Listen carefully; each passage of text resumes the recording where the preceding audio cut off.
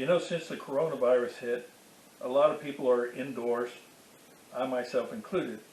But I thought that I would try to figure a trick that I could do for you at home without being present. So I want you to go get a deck of cards. It could be any deck of cards.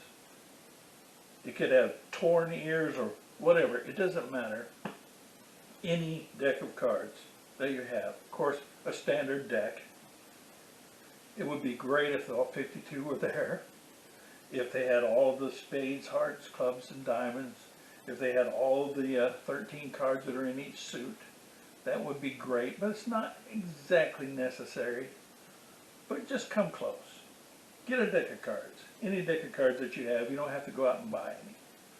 I want you to take those cards and I want you to do these simple steps.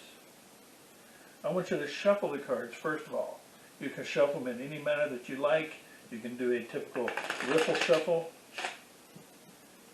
You can do a casino shuffle, where you keep them flat on the table, riffle the corners together and slide them together like this. You can even take them in your hands and just do an overhand shuffle like this. Just any way that you like to mix them up. You can even spread them out on the table and smush them around and do this is called a dominoes shuffle. You can do that. It doesn't really matter. I don't care how you shuffle the cards, as long as they're nice and mixed up. They're not in any particular order. Once you get done, they're not in any particular order. It doesn't matter what order they're in. Then I want you to take the deck and I want you to cut it into 2 equal stacks, or roughly equal stacks. They can be, as you can see, they're not exactly equal, but they're pretty close. All right. You can take, if you don't think, that's good enough, you can take and you can mix them up. You can take some, put some over here. It doesn't matter, as long as they're roughly equal. Once you've done that, I want you to pick which stack you're going to work with and which stack is going to be your discard stack. Okay? In this case, it can be either one. I'm going to choose to work with this stack, and I'm going to use this as my discard stack. Okay? Again, I'm not there. I don't know which stack you pick. Doesn't matter. One's discard, one's your working stack. Now, there's no way I could possibly know how many cards you have in your working stack. I'm not there. But I want you to know how many cards you have. It's important that you know.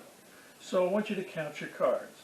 I want you to count them, and if I were in the room, it would matter that you did it quietly so that I couldn't count along with you or couldn't see it. But in this case, I'm not anywhere around. So count them however you like. You can count them from hand to hand like this. Or, as I like to do, I like to count them by dealing them into a stack in front of me. So I'll deal one card at a time onto the stack, and I'm going to let you in on how many cards I personally have in this stack. 1, 2, 3, 4, 5, 6, 7, 8, 9, 10, 11, 12, 13, 14, 15, 16, 17, 18, 19, 20, 21, 22, 23, 24, 25, 26, 27, 28, 29, 30, 31. I have 31 cards in my stack. Now, you may have 26, 25, 27, 29. You could have any number. It doesn't matter, just as long as you know what the number is. Then I want you to take the 2 digits that you got in your number. I have 31, so I got a 3 and a 1. Add those 2 numbers together and get a single digit. In my case, I get 4. Correct? You might have, let's say you have 29 cards. You would add the 2 and the 9 together, you'd have 11, but that's not a single digit. So you have to take the 1 and the 1 from the 11, add them together, and get your single digit 2.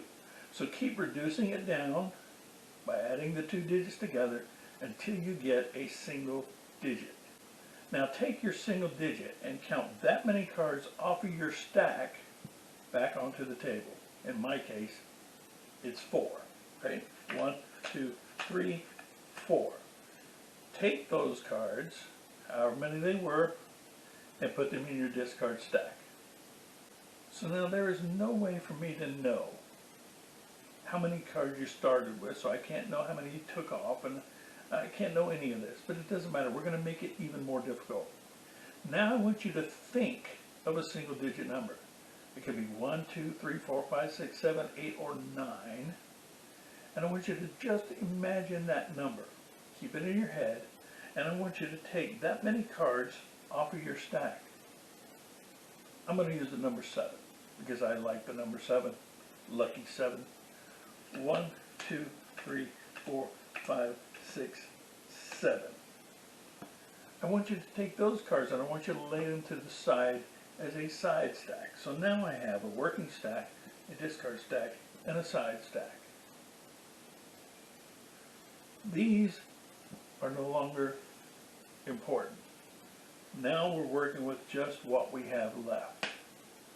Now I want you to remember the number of cards you took off and put in your side stack. That's your secret number that you made up in your head. I can't possibly know what that number is. But I want you to take and deal that many cards face up onto the table. In my case, 7. 1, 2, 3, 4, 5, 6, 7. And I want you to look at that card that is at the number you have in your head. Memorize that card. In my case, it's Ace of Clubs. I want you to do more than memorize it. I want you to write it down. Write A and a C. Ace of Clubs. Your card will be different, hopefully, than this one. If not, voila, magic. But it probably isn't. It's probably a different card. So just write the card down on a piece of paper or whatever. Write it down. A, C. Or I'd write A, D if it was an ace of diamonds, or 10, C if it was the 10 of clubs, or 2, D if it was the 2 of diamonds, whatever. Write it down. Take that on which you wrote it and put it somewhere where you can't forget where it's at, because you'll need to check back with it later. That is the card I'm going to try to predict. So after you've done that, take the cards, turn them back over onto your hand. Now this time I want you to spread the cards out so that I can see each and every card. Notice that I'm dealing them off the top, I'm dealing them face up, and I'm dealing them so that the corners are visible. I can read the value and the suit of each and every card.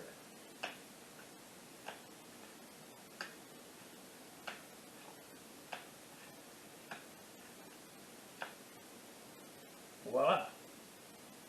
Now, here's what you have to do. Take a picture of these cards. Take a picture of your cards.